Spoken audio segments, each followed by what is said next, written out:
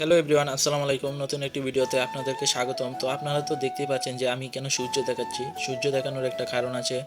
আমাদের অনেকগুলা ধান ছিল যেগুলা শুকানোর বাকি ছিল, আর এগুলা আজকে অনেক দিন পরে রোদ উঠেছে, যার কারণে এগুলাকে আজকে রোদে শুকানোর জন্য দিতে হবে। যার কারণে প্রথমেই ধানগুলাকে বস্তার ভিতরে ভরে এবার এগুলাকে নিয়ে যাচ্ছি, আমি সড়কে নিয়ে যাচ্ছি। আর অনেক দিন পরে আজকে রোদ উঠেছে, যেহেতু বর্ষার এবার অনেক আগেই এসেছিল, যার কারণে এবার কৃষকের অনেক ক্ষতি হয়েছে।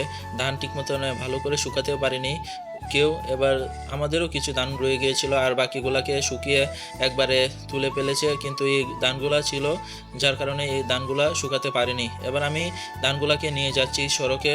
ধানগুলোকে সড়কে নিয়ে লাগতে হবে, যেহেতু বর্ষার সিজন আর আমাদের বাড়ির উঠানেরও অবস্থা বেশি একটা ভালো না, তার কারণে এই ধানগুলোকে সড়কে নিয়ে লাগতে হবে। আর ধান শুধু যে আমি একা নিচ্ছি তা কিন্তু নয়, আমার সাথে আমার ভাইয়াও ধান নিয়েছিল। আর আমার ছোটো ভাই সে ধানগুলোকে তুলে দিচ্ছিল প্রথমে বস্তাবন্দি করে, তারপরে এগুলোকে সড়কে নিয়ে যাচ্ছি।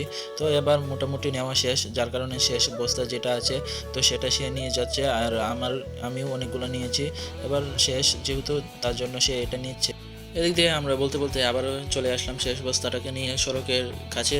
তো এদিক দিয়ে আগে থেকে তিরপাল বিছিয়ে রেখেছিলাম, এইটার উপরে এনে সবগুলা ধান রেখেছি। আর আমরা বেসিক্যালি রাস্তার মাঝে লারি নাই, আর অনেকেই আছে যে রাস্তার সাথে লারে, কিন্তু আমরা রাস্তার একবারে পাশেই ধানগুলাকে তিরপালের উপর রেখে তারপরে লাড়ছিলাম। আর এদিক দিয়ে এখন ধানগুলোকে সবগুলোকে চড়িয়ে দিচ্ছিলাম পুরো তিরপালটা জুড়ে।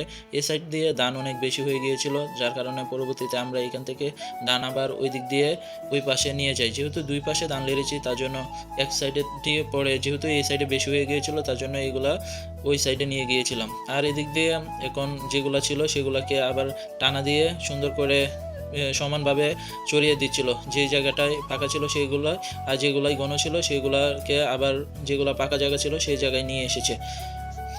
আর আজকে হ্যাঁ আলহামদুলিল্লাহ প্রচণ্ড রোদ উঠেছে, আশা করা যায় যে এক রোদেই শুকিয়ে যাবে। যেহেতু সারাদিন রোদ লাগে তাহলে আলহামদুলিল্লাহ যে সবগুলা ধানই শুকাতে পারবো ইনশাল্লাহ। তো দেখা যাক আজকে ধানগুলোকে আমরা শুকাতে পারি কিনা। আর অনেকেই আছে যে রাস্তার মাঝে একবারে ধান বন যা আছে সবগুলো রাস্তার মাঝে লারে, কোনো তিরপালেও লারে না, যার কারণে অনেক সময় কি হয়েছে রাস্তায় বিশেষ করে মোটর সাইকেলগুলা এইগুলা স্লিপ কেটে পড়ে যায়, আর এগুলা অনেক দুর্ঘটনার কারণ হয়। তো এবার আমি বাসে চলে যাচ্ছি, কাজ আমাদের করা শেষ, ধানগুলোকে নেড়ে তারপর আমরা এখন বাসে চলে আসলাম। তো একটু পরে পরে লাগতে হবে। তো এবার আমি বাসে চলে আসলাম। হ্যাঁ, সকাল থেকে অনেক রোদ উঠেছে, যার কারণে মনে হচ্ছে যে আজকে ধানগুলো সবগুলোকে শুকাতেই পারবো। এবার আমি বিকালবেলায় এখন ধান নিচ্ছিলাম, আর ভিডিও করা হয়নি। আর এখন সবগুলা ধানকে আমরা নিয়ে যাচ্ছিলাম। এবার মোটামুটি সব ধান নেওয়া শেষ। তো গাইস, আজকের ভিডিওটি এই পর্যন্তই। যদি ভিডিওটি ভালো লাগে অবশ্যই চ্যানেলটি সাবস্ক্রাইব করে রাখবেন, আর ফেসবুক পেজ থেকে দেখে থাকলে ফেসবুক পেজটি অবশ্যই ফলো দিয়ে রাখবেন। ধন্যবাদ সবাইকে।